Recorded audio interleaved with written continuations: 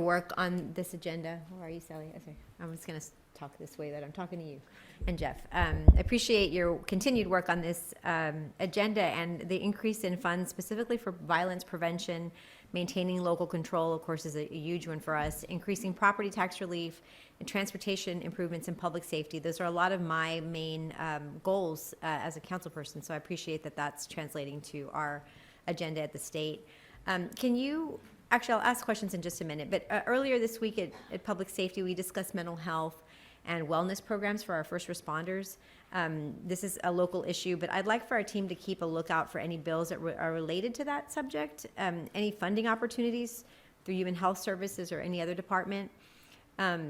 My office has also been made aware of a relatively new issue in San Antonio. I talk a lot about helping our foster children, but we've had a constituent reach out to us about a minor. The constituent worked at a hospital system, a minor being abandoned by their parents at a behavioral health hospital.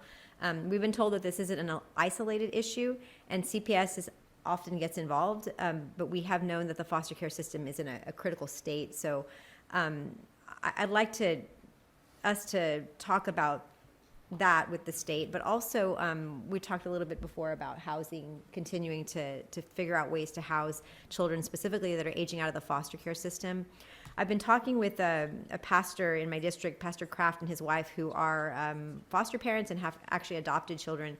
And they work with the South Texas Alliance for Orphans, and the statistics that they gave were pretty scary. Over 3,500 children in all in foster care in 2021, and about 1,100 were waiting to be adopted in 2021. That's a huge number, but I still think it's a number that we can manage, and so I'd like to see how the state can help us with that. So I have a question. Can you tell me how we plan to work with our community partners to advocate for funding towards mental health initiatives? Sure, Council. Sure.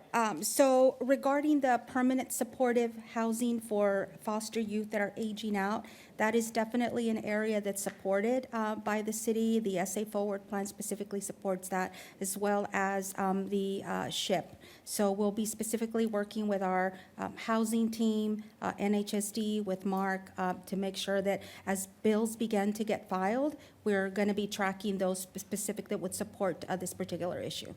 If there's anything I can do to support that, please let me know. It's something I feel very strongly about. Also, any potential funding opportunities that through Human Health Services that we can work to help protect children that are at risk.